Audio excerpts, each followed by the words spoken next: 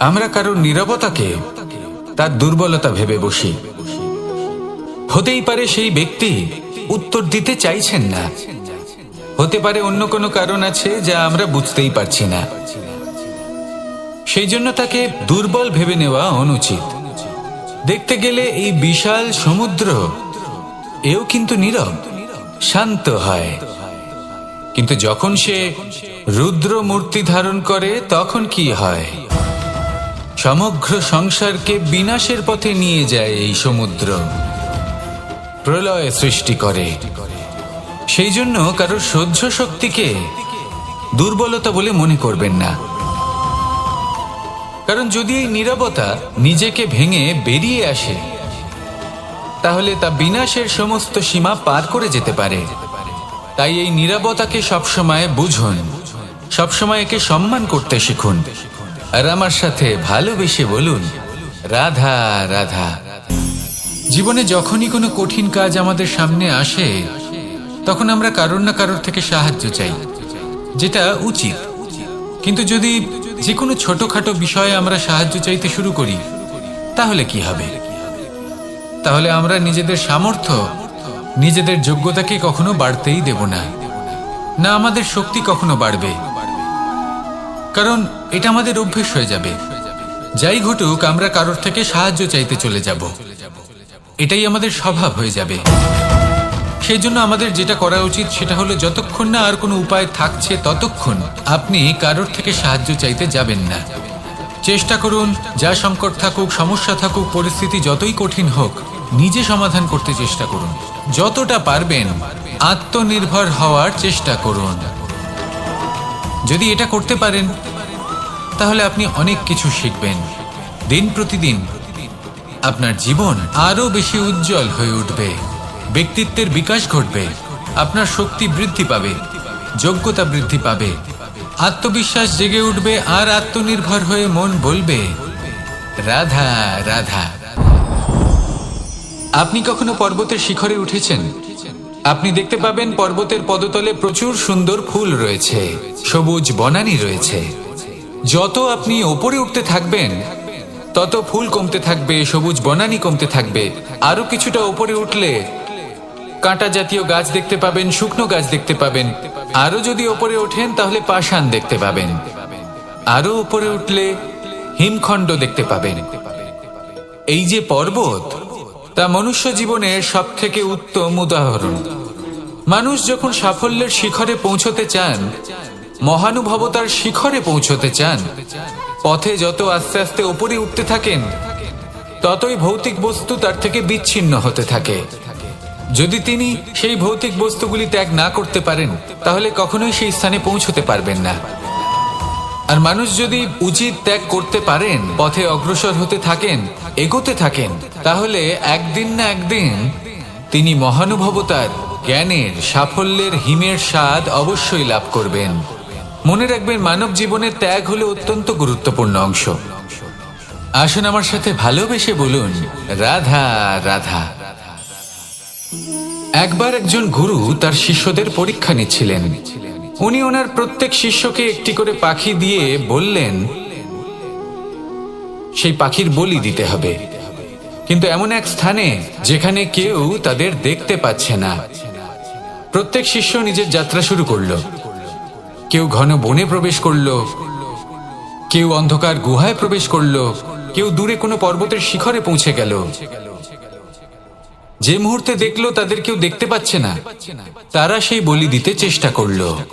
যেই বলি দিতে গেল, সেই পাখি আলোর কিরণে পরিবর্তিত হলো এবং লুপ্ত হয়ে গেল।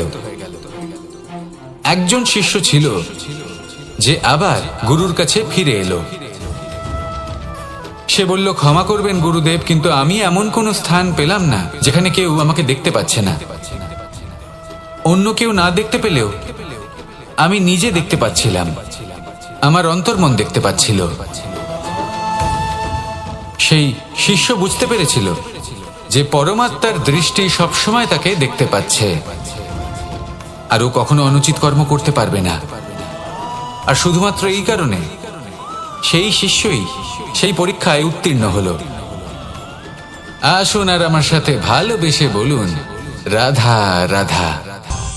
রাত্রে আমরা সুখ নিদ্রা লাভ করি, আমরা স্বপ্ন দেখি, ভবিষ্যতের পরিকল্পনা করি, খুব ভালো লাগে।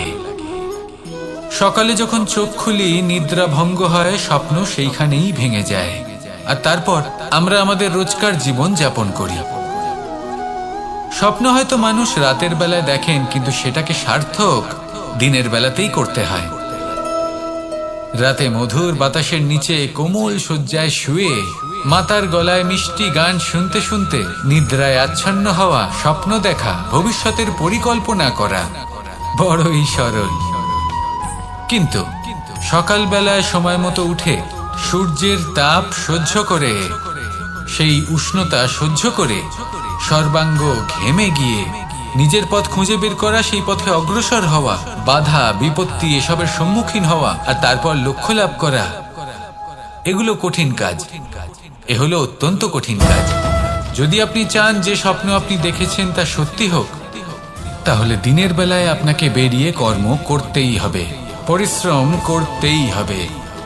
মনের এই চক্ষু দিয়ে স্বপ্ন দেখা সম্ভব, কিন্তু যদি আপনি বুঝতে পারেন যে এই স্বপ্নই হলো আপনার লক্ষ্য, তাহলে তাকে সার্থক করতে শুধুমাত্র পরিশ্রম দ্বারাই করতে হবে। তাহলে পরিশ্রম করুন আর আমার সাথে ভালোবেসে বলুন, রাধা রাধা। যত শক্তিশালী এই মন, তত শক্তিশালী এই শরীরও। এই যে আমাদের শরীর, এটা আসলে কি? এ হলো একটা রথের মতো, আর একটা রথ ততক্ষণ চলতে পারবে না যতক্ষণ না তাকে কোনো সারথি চালাবে। এই মন হলো শরীরের সারথি। এবার ভাবুন, যদি এই সারথি শক্তিহীন হয়, দুর্বল হয়, তাহলে এই রথের কি হবে? এটা উচিত পথে চলতে পারবে না, উচিত গতিতে চলতে পারবে না, মন মতো স্থানে এটা পৌঁছতেও পারবে না। সেই জন্য মনের শক্তি অত্যন্ত প্রয়োজনীয়। এবার মনের শক্তি আমরা কোথা থেকে লাভ করি? দৃঢ়তার শক্তি থেকে। এবার এই শক্তি আমরা কিভাবে বাড়াতে পারি? আমরা প্রতিদিন কিছু নতুন স্থির করি, কিছু ছোট কিছু বড়, আর যেই আমরা নতুন কিছু পূর্ণ করি, আমাদের মনের শক্তি বেড়ে যায়। আর যদি পূর্ণ না করতে পারি, মনের শক্তি কমে যায়। একটা দেওয়ালের মতো ছোট ছোট ছোট ছোট শিলা আমরা একটার পর একটা স্থাপন করে একটা দেওয়াল তৈরি করি। এতগুলো পাথর যখন একত্রিত হয়ে যায়, তখন এমন এক দেওয়াল তৈরি হয় যাকে ভাঙা প্রায় অসম্ভব হয়ে দাঁড়ায়। সেরকমই হয় মন এবং দৃঢ়তা। ছোট ছোট কাজ করে নিজের লক্ষ্য পূর্ণ করুন। এই লক্ষ্য যদি পূর্ণ হয়, তবে মনের শক্তি বাড়বে। কিছুটা এইভাবে যে যত বড়ই বিপদ আসুক না কেন, সেই বিপদ নিজে হার মেনে নেবে, কিন্তু আপনার মন ততটাই শক্তিশালী থাকবে। তাই মনের শক্তি বাড়াতে থাকুন, যাতে আপনি উচিত পথে চলতে পারেন, উচিত গতিতে চলেন, আর মনোবাঞ্ছিত স্থানে পৌঁছতে পারেন। তবেই এই মন প্রসন্ন হয়ে বলবে, রাধা রাধা। আজ আমরা দুই ধরনের ব্যক্তির বিষয়ে কথা বলবো। প্রথম জন হলেন যে প্রয়োজনের থেকে অনেক বেশি পরিমাণ ধন উপার্জন করে থাকেন। তার কাছে ততটা ধন থাকে যতটা তার প্রয়োজনও নেই, তারপরেও আরো ধন উপার্জন করতে চেষ্টা করতে থাকেন। সকল সম্ভব চেষ্টা করেন, সকল সম্ভব কর্ম করেন, তা সে উচিত কর্ম হোক বা অনুচিত, তাতে তাদের কিছুই যায় আসে না। তারা শুধুই এই সংসারের সকল সুখ ভোগ করতে চান, সকল স্বাচ্ছন্দ্য লাভ করতে চান। আজীবন তারা প্রচেষ্টাই করতে থাকেন। এবার এই করতে গিয়ে তারা ভারাক্রান্ত হয়ে সমস্যার সম্মুখীন হন। এনাদের সমগ্র জীবন এই চেষ্টাতেই চলে যায়, জীবন যাপন করার বদলে। অন্যদিকে আরেকজন ব্যক্তি, যিনি জানেন তার প্রয়োজন কতটুকু, আর শুধুমাত্র সেই পরিমাণ ধন অর্জন করেন, তার থেকে বেশি একটুও নয়। উনি যদি দুবেলা খেতে পান, মাথা গোজার ঠাঁই পেয়ে যান, সেটাই পর্যাপ্ত। তাতেই যে আপনি কখন আর কোথায় সন্তুষ্টি লাভ করবেন, কত কিছু লাভ করার পরে সন্তুষ্ট হবেন, এই উত্তর আপনি মন থেকে পাবেন। এই সমাজের চাহিদায় জড়িয়ে নিজেকে বিভ্রান্ত করবেন না। নিজের অন্তরের এই মিথ্যে অহংবোধকে প্রশ্রয় দিতে গিয়ে যদি আপনি এরকম প্রয়াস করতে থাকেন, তাহলে জীবনযাপন কখন করবেন? থেমে যান, শান্ত হয়ে যান, নিজের অন্তর মনে নিমজ্জিত হয়ে দেখুন যে সন্তুষ্টি কোথায়। এই সন্তুষ্টি লাভ করুন। এই মন প্রসন্ন হয়ে বলবে, রাধা রাধা। কখনো কোনো বাগানের কোনো বৃক্ষকে দেখেছেন যেখানে সুগন্ধি ফুল থাকে, রসালো ফল থাকে? তখন মন প্রফুল্ল হয়ে ওঠে, মন থেকে সেই বৃক্ষের প্রতি ভালোবাসা জন্মায়। কিন্তু যিনি বাগানের মালিক, শুধুমাত্র তিনিই জানেন যে কিভাবে এই বৃক্ষকে আগলে রাখতে হয়, কিভাবে তার পরিচর্যা করলে এতে সুন্দর সুগন্ধি ফুল হবে, রসালো ফল হবে। কখনো কখনো প্রয়োজনের থেকে বেশি রোদ পেলে এই বৃক্ষগুলি শুকিয়ে যায়, প্রয়োজনের থেকে কম রোদ পেলেও এই বৃক্ষ কিন্তু শুকিয়ে যায়। প্রয়োজনের থেকে কম জল যদি পায়, এই বৃক্ষ শুকিয়ে যেতে পারে। প্রয়োজনের থেকে অতিরিক্ত জল যদি পায়, তখনও এই বৃক্ষের শিকড়গুলি নষ্ট হয়ে যেতে পারে। এবার এটাই কিন্তু আমাদের সংসারের সাথেও হয়। আমাদের সংসারের সকল প্রতিভাশালী ব্যক্তি, যেমন লেখক, বিচারক, প্রবক্তা, যোদ্ধা, এদের সবার ক্ষেত্রে এই কথাটাই প্রযোজ্য। যদি বেশি প্রশংসা করা হয়, তাহলেও এরা হারিয়ে যাবেন। প্রয়োজনের থেকে বেশি যদি নিন্দা করা হয়, তখনও তারা নত হয়ে পড়বেন। তাহলে আপনি এদের রক্ষা করুন এবং নিজেদেরও। মনে রাখবেন একটা কথা, জেনে রাখুন কখন কোন নিন্দায় আপনি লজ্জিত হবেন না, আর কখন কোন প্রশংসার দ্বারা নিজের মধ্যে অহংবোধ জাগ্রত করবেন না। এই মন সুপ্রসন্ন হয়ে বলবে, রাধা রাধা। যদি আমি কোনো বনে যাই, কোনো নির্জন বনে, সেই বনের বিষয়ে, সেই পথের বিষয়ে, গাছপালার বিষয়ে, পশুপক্ষীর বিষয়ে আমার যদি কোনো জ্ঞান না থাকে, সেই বনের ক্ষুদ্র থেকে ক্ষুদ্রতর অংশের বিষয়ে যদি আমার কোনো জ্ঞান না থাকে, তাহলে হতেই পারে সেই বনে কোথাও আমি হারিয়ে যাব। হয়তো এমনভাবে হারিয়ে যাব, কোনোদিনও বাইরেই বেরোতে পারবো না। তাই সেই বনের বিষয়ে জ্ঞান লাভ করা আবশ্যক। এটাই হলো শিক্ষা। জীবনে বেশিরভাগ মানুষই কেন অসফল হন? ওনারা একটা লক্ষ্য স্থির করেন, কিন্তু সেই পথের বিষয়ে তারা পর্যাপ্ত জ্ঞান অর্জন করেন না। সেই পথে কি বিপদ আসতে পারে প্রত্যেকটা পৃষ্ঠার জ্ঞান তাদের নেই, আর সেই জন্যই তারা অসফল হন। আপনি জীবনে যখনই কোনো লক্ষ্য স্থির করবেন, কোনো লক্ষ্য সাধন করবেন, পরিকল্পনার সাথে সেই পথে অগ্রসর হন। সেই পথকে বোঝার চেষ্টা করুন, সেই পথের বিপদ সম্পর্কে জ্ঞান লাভ করুন, সবকিছু জানার চেষ্টা করুন, অজানা তথ্য আহরণ করুন, আর তারপর সেই লক্ষ্যের প্রতি নিজেকে সমর্পিত করুন। তবেই আপনি সাফল্য লাভ করবেন। আর এই মন প্রসন্ন হয়ে বলবে, রাধা রাধা। আপনি নিশ্চয়ই কখনো অনুভব করেছেন, যদি কোনো নির্মল ব্যক্তির কাছে গিয়ে বসেন, তাহলে মনে নির্মল অনুভূতি হয়, এই মন শান্ত হয়ে যায়। সেইখানেই কোনো দুশ্চরিত্র মানুষের কাছে গিয়ে বসলে এই মন বিচলিত হয়ে যায়। কারণটা কি?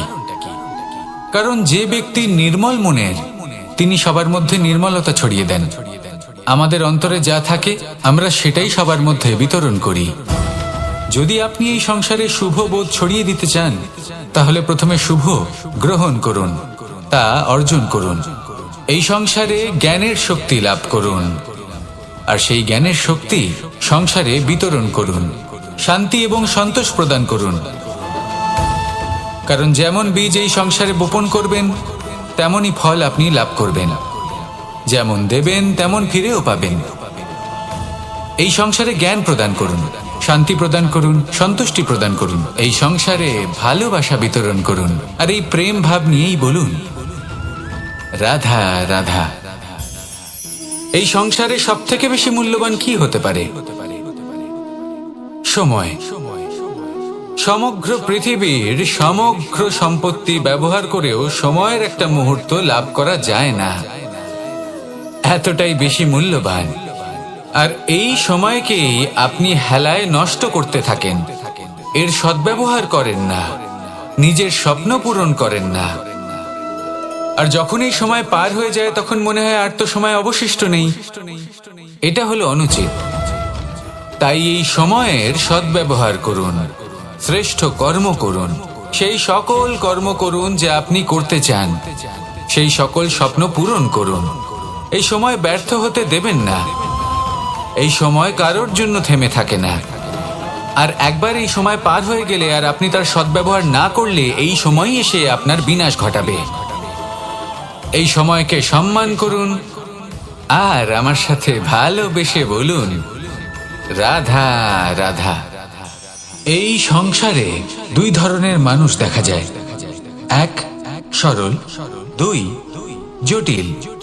এবার এই যে সরল ব্যক্তি থাকে তাদের এই সমাজ দুর্বল মনে করে। এমনিতে দেখতে গেলে জলও সরল, বায়ুও সরল। ওনারা যেদিকে চাইবেন প্রবাহিত হতে পারেন, এনাদের যে আকার দেবেন সেটাই ধারণ করবেন। কিন্তু এরা বাস্তব রূপ ধারণ করলে তখন কি হয়? এই জল এমন এক ধারায় পরিণত হয় যে অনেক বড় বড় পাথরকে খণ্ডিত করে দিতে পারে। এই বায়ু এমন এক চক্রবাতে পরিণত হয় যা সংসারে বিনাশ ডেকে আনে। তাই যে ব্যক্তি সরল তার সরলতাকে সম্মান করুন, তাকে সম্মান করুন, তাকে ভালোবাসা দিন। আর আমার সাথে ভালোবেসে বলুন, রাধা রাধা। খেলা খেলতে কে না ভালোবাসেন? আমরা প্রত্যেকেই যখন সময় পাই, সুযোগ পাই, তখনই আমরা কোনো খেলা খেলি। খেলার সময় দুই ধরনের মানুষ ওখানে থাকেন, এক যারা অংশগ্রহণ করেন, আর দুই যারা দেখতে থাকেন, যারা দর্শক হয়ে দেখেন, যারা নিজের পক্ষের বিজয়ের ফলে উচ্ছ্বসিত হয়ে থাকেন, পরাজয়ের ফলে শোক পালন করেন, পরামর্শ দিয়ে থাকেন। আর বিজয়ী কে হন? বিজয়ী তিনি হন যিনি অংশগ্রহণ করেন। নির্বাচন আপনাকে করতে হবে, আপনি কি করতে চান? আপনি কি খেলোয়াড় হতে চান নাকি আপনি দর্শক হতে চান? যদি আপনি বিজয়ের আনন্দ লাভ করতে চান, সেই রোমাঞ্চ অনুভব করতে চান, তাহলে খেলতে হবে। ময়দানে আপনাকে নামতেই হবে। পরাজয়ের সম্ভাবনার ভয়ের সাথে আপনাকে লড়াই করতেই হবে। বিপক্ষের আহ্বানকে স্বীকার করতেই হবে, খেলোয়াড় হয়ে উঠতে হবে। তবেই এই বিজয়ের সম্ভাবনা থাকবে। আসলে কি, দর্শক হয়ে পরামর্শ দেওয়া অত্যন্ত সহজ, ময়দানে নেমে অংশগ্রহণ করা অত্যন্ত কঠিন। আর এখানে যেটা সহজ তা আপনাকে বিজয়ের পথে কখনোই নিয়ে যাবে না। আসুন আমার সাথে ভালোবেসে বলুন, রাধা রাধা। এই সংসারে মানুষ জন্মগ্রহণ করেন, বড় হতে থাকেন, পুরুষার্থ লাভ করেন, অর্জন করেন। অর্জন করা আসলে কি? বেশিরভাগ মানুষ বলেন অর্জন করা অর্থাৎ ধন সম্পত্তি অর্জন করা। আর কি অর্জন করা যায়? আর কি লাভ করা যায়? আসল প্রশ্ন হলো এটাই যে কি এমন আছে যা বাস্তব রূপে অর্জন করার যোগ্য। তা হলো ব্যবহার, জ্ঞান এবং সন্তোষ। কেন? কারণ আপনি যখন এই সংসার ছেড়ে চলে যাবেন, তখন আপনার ধন সম্পত্তি আপনাকে বিদায় জানাতে আসবে না। আপনাকে বিদায় জানাতে আসবে আপনার আপনজন, যাদের সাথে আপনার সুসম্পর্ক ছিল। সমগ্র সংসারে সহস্র মানুষ ধন অর্জন করে থাকেন। শ্রেষ্ঠ মানুষ হলেন তিনি যিনি ব্যবহার, জ্ঞান এবং সন্তোষ অর্জন করে থাকেন, একে সকলের মধ্যে বিতরণ করেন। তাই এটাই করুন আর আমার সাথে ভালোবেসে বলুন, রাধা রাধা। এই সংসারের আরম্ভ থেকে এখনো পর্যন্ত এবং ভবিষ্যতেও একটা যুদ্ধ আছে যা হয়ে চলেছে, চলতেই থাকবে। পাপ এবং পুণ্যের মধ্যে যুদ্ধ, সত্য এবং অসত্যের মধ্যে যুদ্ধ। এই যুদ্ধ চলেই আসছে।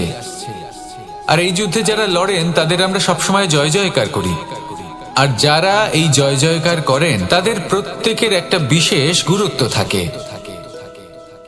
যখনই কোনো যোদ্ধা যুদ্ধক্ষেত্রে ক্লান্ত হয়ে পড়ে, শক্তিহীন হয়ে পড়ে, তখন এরা জয় জয়কার করে, শঙ্খ বাজাতে থাকে। সেই যোদ্ধাকে অনুপ্রেরিত করে, শক্তি এবং সাহসে ভরিয়ে তোলে। আর তখন সেই যোদ্ধা সেই যুদ্ধকে এগিয়ে নিয়ে যেতে পারে।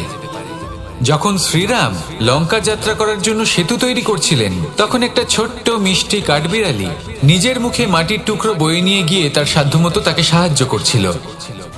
শ্রীরাম দেখলেন এবং বললেন যে ও তো সবার মনোবল বৃদ্ধি করছে, সবাইকে প্রেরিত করছে। ও ও বলল যে আমি এত ছোট হয়েও যদি এই কাজ করতে পারি তাহলে আপনারা সবাই কেন পারবেন না। এটাই হলো সেই সকলের মাহাত্ম্য যারা জয় জয়কার করেন, অনুপ্রেরিত করেন, সাহস যোগান। ওনারা সেই ব্যক্তি যারা একজন যোদ্ধার মধ্যে যুদ্ধকে জয় করার শক্তি প্রদান করেন। আসুন আমার সাথে ভালোবেসে বলুন, রাধা রাধা। সংসারে আমাদের জীবনে যখন কোনো সুখ বা দুঃখ আসে, তার জন্য আমরা কাউকে না কাউকে অবশ্যই দায়ী করে থাকি, তাই না? এই ব্যক্তি আমাদের সাথে এরকম কাজ করেছেন, তাই আমার সাথে এমন হলো। ওই ব্যক্তি যদি এমনটা না করতেন তাহলে আজ আমি ওই স্থানে পৌঁছতে পারতাম। সবই আপনার দৃষ্টিভঙ্গির ওপর নির্ভরশীল, আর যদি আপনার দৃষ্টিভঙ্গি এমন হয় তাহলে তা অনুচিত। সত্যি কথা বলতে এই সংসারে ভিন্ন ভিন্ন ধরনের মানুষ আছে। এটা আপনার উপর নির্ভর করছে কিভাবে তাদের স্বাগত জানাবেন। একবার ভাবুন, আমি আমার দুটো হাত সামনে নিয়ে এলাম, দুটো মুঠো খুলে দিলাম। দুই প্রকারের মানুষ আসবেন, কিছু না কিছু দিয়ে যাবেন। এই মুঠো যদি আমি বন্ধ করে দিই তাহলে না কেউ আমাকে কিছু দিতে পারবে, না আমার কিছু যাবে আসবে। নিশ্চয়ই বুঝতে পারছেন এই দুই ধরনের ব্যক্তি কারা এবং তারা কি দিয়ে যান। আমি যদি নিজের মুঠো খুলে দিই তাহলে কিছু ভালো মানুষ আসবেন, আমাকে আনন্দ, সন্তুষ্টি, জ্ঞান প্রদান করে যাবেন, ভালো অভিজ্ঞতা দিয়ে যাবেন। কোনো খারাপ ব্যক্তি যদি আসেন তাহলে তিনিও খারাপ অভিজ্ঞতা দেবেন, যার থেকে আমি শিক্ষা লাভ করব। এই সব কিছু আমি লাভ করতে পারি। মুঠো যদি বন্ধ করে রাখি তাহলে আমি কিছুই পাবো না। দেখুন, এই সংসারে প্রত্যেকের জীবনে এরকম, প্রত্যেকের জীবনে সবকিছুই আছে, ভালো খারাপ দুই মানুষই আছে, ভালো অভিজ্ঞতা আছে, খারাপ অভিজ্ঞতা আছে। নির্ভর করছে আপনার উপর যে আপনি কি করবেন, এনাদের স্বাগত কিভাবে জানাবেন, কার থেকে কি বুঝবেন, কি শিখতে পারবেন, আর কোন দৃষ্টিভঙ্গি নিয়ে অগ্রসর হবেন। এটাই নির্ধারণ করবে যে আপনার জীবন কেমন হবে।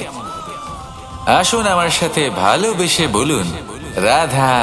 অনেক যোদ্ধারা অংশগ্রহণ করেছিলেন, সবাই ছিলেন শ্রেষ্ঠ কুলের। কেউ কেউ ছিলেন বড় বড় রাজ্যের রাজা, কেউ কেউ ছিলেন দেবতার পুত্র। এনারা সবাই অংশ নিয়েছিলেন, এনারা সবাই শ্রেষ্ঠ কুলের, প্রত্যেকে ভালো পরিবেশ পেয়েছেন। কিন্তু সেখানেই অন্যদিকে ছিল বারবারিক, অসুরপুত্র বারবারিক। এবং এই অসুরপুত্র বারবারিকই এই সময় দাঁড়িয়ে ভগবান রূপে স্থাপিত হয়ে আছেন, পুজো করা হয় তাকে। কারণটা কি? নির্বাচন। বারবারিক একটি দ্বন্দ্বের মধ্যে ছিলেন, ঠিক যেমন প্রত্যেক যোদ্ধার জীবনে দ্বন্দ্ব এসে থাকে। তখন সে কি নির্বাচন করবে সেটা হলো অত্যন্ত গুরুত্বপূর্ণ। বারবারিকের কাছে এত শক্তি ছিল যে একটি মাত্র বাণ প্রয়োগ করে সবাইকে নাশ করতে পারত। দ্বন্দ্ব ছিল একটাই, যে ও নির্বাচন করতেই পারছিল না কোন পক্ষ হয়ে যুদ্ধ করবে। ওর নির্বাচন ছিল এটাই যে ও কোনো পক্ষের হয়েই যুদ্ধ করবে না, বরং নিজের মস্তক সে দান করবে। আর এই কর্মের কারণে, এই নির্বাচনের কারণে আজকের সময়ে দাঁড়িয়ে ওকে ঘাটুশ্যাম রূপে পুজো করা হয়। মনে রাখবেন, শুধু আপনার ব্যক্তিত্ব গুরুত্বপূর্ণ নয়, আপনি কোথা থেকে আসছেন, কোন কুলে আপনার জন্ম, শুধুমাত্র সেটা গুরুত্বপূর্ণ নয়। সব থেকে বেশি গুরুত্বপূর্ণ হলো আপনার কর্ম, আপনার নির্বাচন। আসুন আমার সাথে ভালোবেসে বলুন, রাধা রাধা। যখন আমরা মৌন থাকি তখন আমরা কতটা শক্তি ব্যয় করি, বিন্দুমাত্র নয়। সেখানেই যখন আমরা রুষ্ট হই তখন আমরা কতটা শক্তি ব্যয় করি। আমাদের রক্ত গরম হয়ে ওঠে, চোখ থেকে যেন অগ্নি বর্ষা হয়, আমরা চিৎকার করতে থাকি, জোরে কথা বলি, কখনো কখনো আমরা অনুচিত কর্ম করে বসি। সবকিছুই ক্রোধের বশে করি। এবার এই ক্রোধকে মৌনতায় পরিণত করতে হবে। এই কাজটা চোখে দেখা যায় না, এই কাজ সরল নয়, এই কাজ হলো অত্যন্ত কঠিন, এবং এই কাজই শ্রেষ্ঠ। সেই ব্যক্তি শক্তিশালী নন যিনি কথায় কথায় ক্রুদ্ধ হয়ে যান, কথায় কথায় যিনি আক্রমণ করেন। আজ্ঞে না, সব থেকে বেশি শক্তিশালী ব্যক্তি হলেন তিনি যিনি নিজের ক্রোধকে মৌনতায় পরিবর্তন করতে পারেন, যিনি শান্ত মনে পরিস্থিতিকে বোঝেন, তার আকলন করেন আর তারপর বিবেকের দ্বারা সিদ্ধান্ত নেন, তিনি হলেন সব থেকে শক্তিশালী ব্যক্তি। তাহলে সেই ব্যক্তি হয়ে উঠুন আর আমার সাথে ভালোবেসে বলুন, রাধা রাধা। জীবনে যখন আমরা কোনো পরিস্থিতির সম্মুখীন হই, তখন আমাদের সামনে দুটো পথ থাকে। তাদের মধ্যে কোনো একটা নির্বাচন আমাদের করে নিতে হবে, এই মনে করে নিতে হবে। নির্বাচন এই সংসারের সব থেকে গুরুত্বপূর্ণ বিষয়। একটা নির্বাচন আপনার বর্তমান বদলে দিতে পারে, আপনার ভবিষ্যৎ বদলাতে পারে, আগামী প্রজন্মের জন্য ইতিহাস রচনা করতে পারে। একটা নির্বাচন। এবার দেখুন, যে পরিস্থিতি আপনার সামনে আছে, আপনাকে সেই পরিস্থিতির সম্মুখীন হতেই হবে, সেই কষ্ট সহ্য করতেই হবে, সেই মতোই কাজ করতে হবে। শুধু এই বিষয়টা নির্বাচন করতে হবে যে এই পরিস্থিতির সম্মুখীন হওয়ার সময় আমি কি দুর্বল হয়ে থাকব নাকি আমি শক্তিশালী হয়ে থাকব। এই নির্বাচন এই মনের মধ্যে করতে হবে। আর এই নির্বাচন হলো সব থেকে বেশি গুরুত্বপূর্ণ নির্বাচন। যদি নিজের মনকে শক্তিশালী করে তুলে সেই পরিস্থিতির সম্মুখীন হন, তাহলে কিছুই আপনাকে বাধা দিতে পারবে না।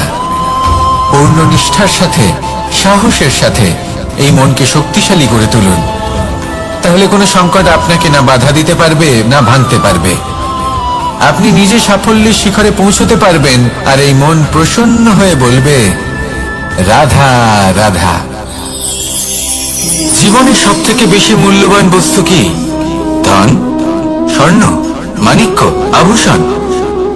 না, এই সব কিছু মিলিয়েও সময়ের এক মুহূর্তের সামনে মলিন হয়ে পড়ে।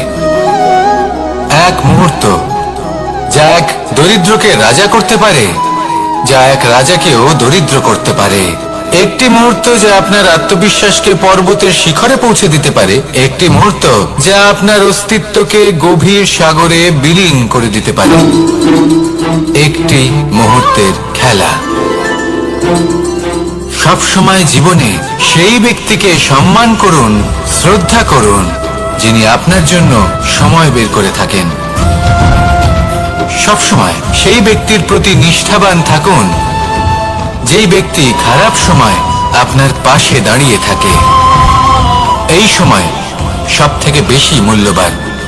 আসুন আমার সাথে ভালোবেসে বলুন, রাধা রাধা। প্রজাপতি দেখেছেন? কি সুন্দর হয়, তাই না? এই প্রজাপতি, ওদের দিকে তাকালে নিজের অজান্তেই নিজের মুখে হাসি ফুটে ওঠে। কিন্তু এই প্রজাপতি জন্ম থেকেই এমন দেখতে হয় না। জন্ম থেকে এদের কাছে ডানা থাকে না, এরা উড়তেও পারে না। যখন একটি প্রজাপতি জন্ম নেয়, তখন প্রথমে ডিম অবস্থায় থাকে সে। আস্তে আস্তে সেই কবচ সে ভেঙে ফেলে, খুব পরিশ্রম করতে হয় তাকে। তারপর কীটের আকার ধারণ করে সে চলতে থাকে। অনেক কষ্ট সহ্য করতে হয়, অনেক পরিশ্রম করতে হয়। তারপর তার রূপ বদলে যায়, তারপরে তার ডানা গজায়, তারপরে সে উড়তে পারে। এই নিরন্তর পরিশ্রমই সাফল্যের মূল মন্ত্র হয়। কখনো কখনো প্রতিভাও কম পড়ে যায় যদি নিরন্তর পরিশ্রম না করা হয়, যদি সমর্পণের ভাব মনে না থাকে, দৃঢ় নিষ্ঠা না থাকে। আর কখনো কখনো সেই ব্যক্তি যার মধ্যে বিশেষ প্রতিভা থাকে না, সেই ব্যক্তি নিরন্তর পরিশ্রম করে, নিজের মনে সমর্পণের বোধ জাগিয়ে তোলে, দৃঢ় নিষ্ঠার সাথে কর্ম করে আর সাফল্য লাভ করে। সেই জন্য আপনি জীবনে যেখানেই পৌঁছে যান না কেন, নিরন্তর পরিশ্রম করতে থাকুন। তবেই আপনার ভবিষ্যৎ রঙিন প্রজাপতির মতন গগনচুম্বী হবে। তবেই এই সংসার আপনাকে দেখবে এবং নিজের অজান্তেই এই সংসার নিজের মুখে হাসি ফুটিয়ে তুলবে এবং এই সংসার আমার সাথে ভালোবেসে বলবে, রাধা রাধা। পুরাণে আমরা দেখেছি যে মাতা পিতা কতটা মহান হতে পারেন। কিভাবে শ্রী গণেশ নিজের মাতা পিতাকে পরিক্রমণ করলেন এবং পরম পূজনীয় হয়ে উঠলেন। কিভাবে ভক্ত শ্রবণ নিজের অন্ধ মাতা পিতাকে তীর্থযাত্রায় নিয়ে যাবেন বলে নিজের কাঁধে ওনাদের বসালেন এবং বয়ে নিয়ে গেলেন। এরকম অনেক অমূল্য শিক্ষা আমরা লাভ করে থাকি পুরাণ থেকে। কিন্তু এসব কথা হলো পুরাণের কথা। কথা বলা যাক আমাদের জীবন নিয়ে। আমাদের এই জীবনে আমাদের মাতা পিতা কেন আমাদের কাছে এতটা অমূল্য? কেন আমরা ওনাদের এতটা ভালোবাসি? কেন আমরা ওনাদের এত সম্মান করি? আর কেনই বা ওনাদের এতটা সম্মান করা উচিত? মমতার কারণে। মায়ের মনের এক ধরনের মমতা, পিতারও এক ধরনের মমতা। এই দুইয়ের মমতা ভিন্ন, কিন্তু এনাদের দুজনের মমতার কেন্দ্রবিন্দু হলো এনাদের সন্তান। মাতা মমতার কারণে সকালে তাড়াতাড়ি উঠে পড়েন, খাবার তৈরি করেন, এটা ভাবেন যে আমার সন্তান যেন অভুক্ত না থাকে। অন্যদিকে পিতা ইচ্ছে না থাকা সত্ত্বেও নিজের মমতাবোধের কারণে নিজের সন্তানের প্রতি কঠোর হন, তাকে জ্ঞান প্রদান করেন, শিক্ষা প্রদান করেন, কারণ উনি চান যে ওনার সন্তান যেন পরবর্তীতে উন্নতি করে, কখনো অভুক্ত না থাকে। এটাই হলো মমতা মাতা পিতার। আর এই মমতা সংসারের অন্য কোথাও আপনি পাবেন না। তাই সবসময় নিজের মাতা পিতাকে সম্মান করুন, ওনাদের ভালোবাসুন, যতটা ইচ্ছে ভালোবাসুন। আর এই ভালোবাসার সাথেই বলুন রাধা রাধা। সম্পর্ক হলো আমাদের জীবনের একটি আধার। কিছু সম্পর্ক এমন যা আমরা জন্মসূত্রে লাভ করি, যেমন পরিবার, মা বাবা। কিছু সম্পর্ক আছে যে আমরা জীবনে অর্জন করে থাকি, তা সে প্রেমের হোক, স্নেহের হোক বা বন্ধুত্বের। এই সকল সম্পর্ক লাভ করার বা গড়ে তোলার 5টি ধাপ রয়েছে। প্রথম ধাপ, কোনো ব্যক্তির সাথে আলাপ হওয়া, তার সাথে কথা বলা বা তাকে দেখা। দ্বিতীয় ধাপ, সে ব্যক্তিকে আমাদের ভালো লাগা। তৃতীয় ধাপ, আমাদের এটা চাইতে শুরু করা যে জীবনে এই ব্যক্তি যেন আমাদের বন্ধু হন, আমাদের জীবনে থাকেন, বা আমাদের কাউকে ভালোবেসে ফেলা। আর এটা আমাদের ভাবা বা চাওয়া যে সেই ব্যক্তি যেন আজীবন আমার সাথে থাকেন, আমার জীবনে আমার সাথী হয়ে। চতুর্থ ধাপ, লাভ করা। এবার এই ধাপটি অনেক মানুষের পক্ষেই খুবই সরল হয়, বড়ই সরল ভাবে নিজেদের সঙ্গীকে লাভ করে থাকেন। কিছু মানুষের জন্য এই ধাপ অত্যন্ত কঠিন হয়ে থাকে। অনেক প্রতিকূল পরিস্থিতির উপর জয়লাভ করে তারা সঙ্গীকে লাভ করেন, কিন্তু লাভ অবশ্যই করেন। এরপরে আসে পঞ্চম, অন্তিম এবং সবথেকে গুরুত্বপূর্ণ ধাপ। সেটা হলো সেই সম্পর্ক পালন করা। এটা হলো এমন এক বিষয় যা প্রত্যেক মানুষের শেখা উচিত। যদি ব্যক্তি নিজের জীবনে সম্পর্ক রক্ষা করতে শিখে যান, তবে প্রত্যেক সম্পর্ক তার জীবনকে স্বর্গ করে তুলবে। আসুন আর আমার সাথে ভালোবেসে বলুন রাধা রাধা।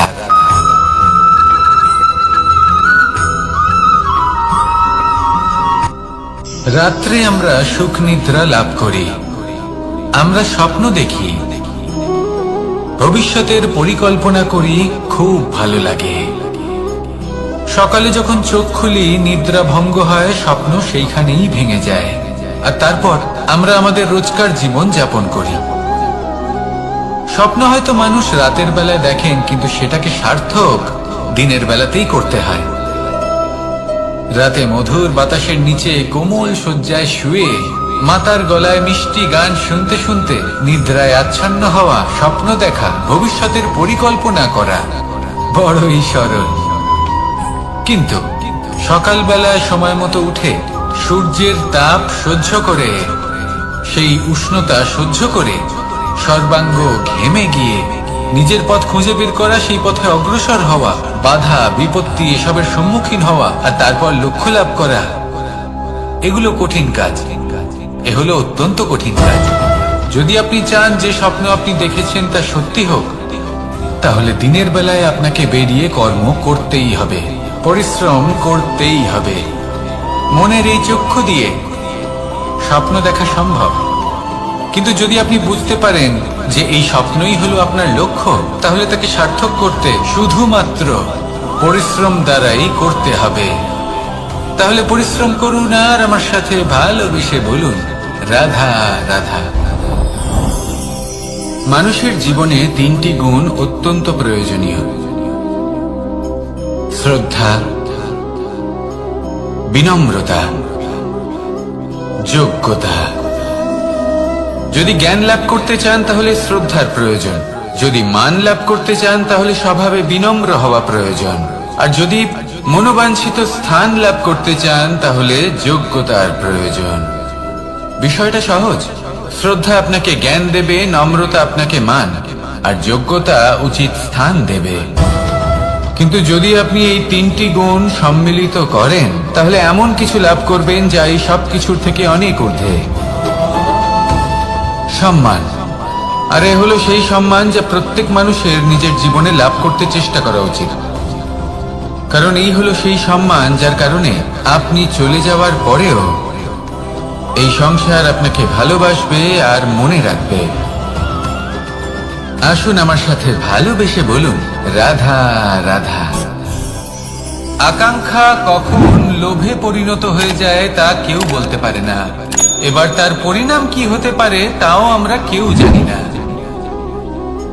আজ আমি আপনাকে বলছি, কোনো ব্যক্তি সব থেকে বেশি ক্ষতির সম্মুখীন তখনই হয় যখন সে এটা মনে করে যে সে সব থেকে বেশি সুরক্ষিত স্থানে রয়েছে। সে ভাবে যে সে সেখানে সুরক্ষিত রয়েছে। সে তখন অসাবধান হয়ে পড়ে, আর তখনই তাকে জীবনের সব থেকে বড় ক্ষতির সম্মুখীন হতে হয়। নিঃস্ব হয়ে যাওয়ার পরিস্থিতি কোনো মানুষের জীবনে তখনই আসে যখন তার কাছে প্রচুর সম্পত্তি থাকে এবং সে তার থেকেও অনেক বেশি সম্পত্তি অর্জন করতে চায়। সেই অনেক বেশি সম্পত্তি অর্জন করার চেষ্টায় সে এমন কিছু করে বসে যার ফলে তাকে সমস্ত সম্পত্তি হারাতে হতে পারে। একজন রচনাকার নিজেই নিজের প্রতিভা একদম শেষ করে দিতে পারে যখন সে অনেকগুলো কাজ নিজের কাঁধে নিয়ে নেয়। একটা গুরুত্বপূর্ণ কথা সবসময় মনে রাখবেন, আজ আপনি যেখানেই থাকুন না কেন, যেমনই যে কোনো স্থানেই থাকুন না কেন, এর পেছনে আপনার আকাঙ্ক্ষার একটা বিশাল ভূমিকা রয়েছে। কিন্তু মনে রাখবেন, আপনাকে শিখতে হবে যে কখন আর কিভাবে নিজের উচ্চাকাঙ্ক্ষাগুলিকে লাগাম পরাতে হবে, কারণ এটা অত্যন্ত আবশ্যক। তাই আসুন আর আমার সাথে ভালোবেসে বলুন, রাধা রাধা। অনেক সময় আমরা জীবনে অনেক মানুষকে এমন বলতে শুনে থাকি যে আমি অসফল হয়েছি কারণ আমার সময় ভালো যাচ্ছিল না। আমি এই জিনিসটা লাভ করতে চাইছিলাম কিন্তু করতে পারলাম না কারণ আমার সময়টা ভালো যাচ্ছিল না। আমি আমার জীবনে ওই মহান কাজটা করতে চাইছিলাম কিন্তু করতে পারলাম না। কেন? কারণ আমার সময়টা ভালো যাচ্ছিল না। কিন্তু যে মুহূর্তে ভালো সময় আমার জীবনে আসবে আমি সব কিছু প্রাপ্ত করব। এমন প্রায় প্রত্যেকেই বলেন। আসুন একটা কথা বোঝা যাক। একজন মালিকে দেখুন, সে প্রত্যেক দিন গাছের সেবা করে, তাকে জল দেয়, তার যত্ন আত্তি করে। কেন? প্রত্যেক দিন সেই গাছ ফল দেয় না। সঠিক সময় এলে তবেই সেই গাছ ফল দেয়, কিন্তু প্রত্যেক দিন মালি তার সেবা করে, তাকে যত্ন করে। শুধুমাত্র তখন করে না যখন সেই গাছ ফল দিতে সক্ষম। আর যদি মালি গাছের যত্ন প্রতিদিন না করে তাহলে হয়তো সেই গাছ ফল দিতেই পারবে না। এটাই হলো আমাদের জন্য একটা শিক্ষা। যখন সময় আমাদের জন্য অপেক্ষা করে না তখন আপনি সময়ের জন্য কেন অপেক্ষা করছেন? ভালো সময়ের জন্য অপেক্ষা করবেন না। ভালো এবং শুভ কর্ম দ্বারা ভালো সময়কে নিজের কাছে টেনে আনুন। নিরন্তর কর্ম করুন, পরিশ্রম করতে থাকুন। শুভ সময় আপনা থেকেই আপনার কাছে আসবে। আসুন আমার সাথে ভালোবেসে বলুন, রাধা রাধা। মানুষের এই সংসারে জীবনযাপন করার জন্য কিছু জিনিসের প্রয়োজন পড়ে। এমন কিছু আবেগ, এমন কিছু বস্তু আছে যেগুলো তার প্রয়োজন হয়। কিন্তু সব থেকে বেশি যে জিনিসটা তার প্রয়োজন হয় সেটা হলো সম্মানের। আমাদের ভালো লাগে যখন কেউ আমাদের সম্মান করে। আমরা কাউকে সম্মান করলে তারও সেটা ভালো লাগে। কিন্তু আপনি দেখবেন যে সংসারে বেশিরভাগ মানুষ দুটি মাপদণ্ডের ভিত্তিতে সম্মান করেন, হয় বয়স দেখে করেন বা উপার্জন দেখে, অর্থাৎ সেই ব্যক্তি কতটা উপার্জন করেন। এবার ভেবে দেখুন, এটা আবশ্যক নয় কারোর বয়স যদি বেশি হয় তার বুদ্ধিও ততটাই বেশি হবে। আবশ্যক এটাও নয় যে কোনো ব্যক্তি যদি অত্যন্ত ধনী হন বা তার মনও নির্মল হবে বা তিনি সৎকর্ম করবেন বা এমন কোনো কর্ম করবেন যাতে উনি সম্মান লাভ করতে পারেন। হতে পারে উনি ধনী কিন্তু দুশ্চরিত্র। সেই জন্য বয়স বা উপার্জন দেখে কোনো ব্যক্তিকে সম্মান করবেন না, কর্ম দেখুন। যদি গভীরভাবে ভেবে দেখেন তাহলে দেখবেন যদি কোনো মানুষ কোনো সৎকর্ম করেন তাহলে তার প্রতি হৃদয় থেকে সম্মান জাগ্রত হয়। এটাই হলো সেই সম্মান যা অর্জন করতে হবে। বয়স আজ আছে, কাল আরো বৃদ্ধি পাবে। উপার্জন আজ আছে, কাল সেটা কমে যেতেও পারে। কিন্তু যদি আপনি নিরন্তর শুভকর্ম করতে থাকেন তাহলে আপনি মৃত্যুর পরেও অমর হয়ে থাকবেন। আসুন আমার সাথে ভালোবেসে বলুন, রাধা রাধা। পাপ এবং পুণ্য, এই দুই হলো সংসারের এমন দুই বিন্দু যাকে কেন্দ্র করে এই সংসারের চক্র ঘুরতে থাকে। আমরা যদি কোনো কর্ম বিচার করি হয় পুণ্য নয় পাপের দৃষ্টিভঙ্গি দিয়ে, এটা হয় পুণ্য না হলে পাপ। কিন্তু এই পাপ এবং পুণ্য এই দুই নির্ভর করে প্রত্যেক মানুষের উপর, তার চিন্তাধারা, তার পরিস্থিতির উপর। ধরুন এমন একজন মানুষ যিনি অনেক দিন ধরে বনে পথ হারিয়েছেন, অনেক দিন হয়তো উনি কোনো খাবার খাননি। এবার এমন পরিস্থিতি চলে এসছে যে এবার যদি উনি খাবার না খান তাহলে হয়তো জীবিতই থাকবেন না। আর এমন অবস্থায় ওনার সামনে যদি কোনো প্রাণী আসে তাহলে তাকে শিকার করা, এটা কিন্তু তার কাছে পাপ নয়, এটা তো জীবিত থাকার একমাত্র উপায়। এটা তার কাছে পুণ্য সম। আর যদি আমি এমন একজন ব্যক্তির কথা বলি যিনি সরল, যিনি একটি সুখী, শান্ত, সুরক্ষিত জীবনযাপন করছেন, তার কাছে কিন্তু এটা পাপ। এইরকমই এই সংসারে ভিন্ন ভিন্ন পরিভাষা আছে পাপ এবং পুণ্যের। তার মধ্যে যদি আমি আপনাকে একটি সরল পরিভাষা দিই, সেটা হলো জীবনে যখনই কোনো কর্ম করবেন সেটা নিয়ে একটু ভেবে দেখুন যে এই যে কাজটা আমি করছি তার ফলে এই যে অন্য মানুষেরা আছেন এই সংসারে তারা কি দুঃখ পাবেন? যদি তারা দুঃখ পান তাহলে সেটা পাপ। যদি আপনি এমন কোনো কর্ম করেন যার ফলে অন্যরা প্রসন্নতা লাভ করেন, তাদের মুখে হাসি ফুটে ওঠে, যদি তারা প্রেরিত হন, জীবনে সামনে এগোতে পারেন, তাদের বিকাশ হয়, তাহলে এটা হলো পুণ্য। তাই জীবনে সবসময় পুণ্য করতে থাকুন আর আমার সাথে ভালোবেসে বলুন, রাধা রাধা। বনস্পতি ফলনের জন্য আমাদের কিসের প্রয়োজন পড়ে? একটু ধরিত্রীর, একটু পরিশ্রমের আর একটা বীজের। এবার যদি মানুষের কথা বলি তাহলে এখানে ধরিত্রী হলো মানুষের এই জীবন, যেখানে মানুষ নিজের ইচ্ছের ফল ফুল ফলন করতে চায়। পরিশ্রম হলো আমাদের কর্ম, আর বীজ হলো আমাদের নির্বাচন। আমাদের বেছে নিতে হবে যে আমরা কি বপন করব, আম নাকি ফণি মনসা। এর মধ্যে আমরা কি পেতে চাই? রসালো ফলের ফলন চাই নাকি কাঁটার ফলন চাই, তা আমাদের উপর নির্ভরশীল। কিন্তু একটা কথা ঠিক, লক্ষ্য যেমনই হোক না কেন, জীবন যেমনই হোক না কেন, যদি আপনি লক্ষ্যের দিকে এগোতে থাকেন তাহলে কর্মের সাথে খামখেয়ালি আচরণ করতে পারবেন না।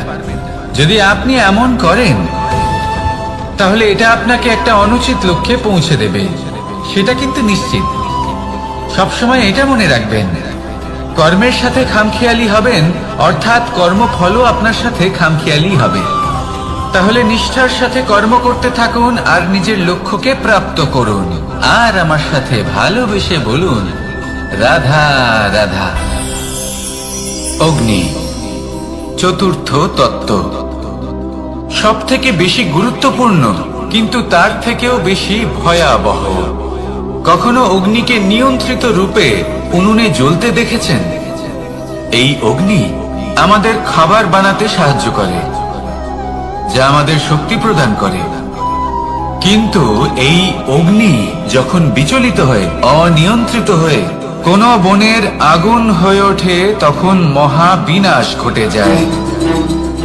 আপনারই অন্তরের ঊর্জা হলো এই অগ্নি। এটা আপনার শক্তিও, আপনার ক্রোধ। একে ব্যবহার কিভাবে করবেন তা আপনারই হাতে।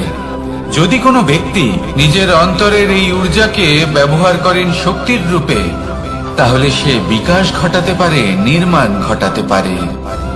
কিন্তু যদি কোনো ব্যক্তি তার অন্তরের ঊর্জাকে বিধ্বংসী অস্ত্র বানিয়ে ফেলেন, তাহলে নিশ্চিত রূপে মহা বিনাশ ঘটতে পারে, যাতে বিনাশ তারও অবশ্যই হবে।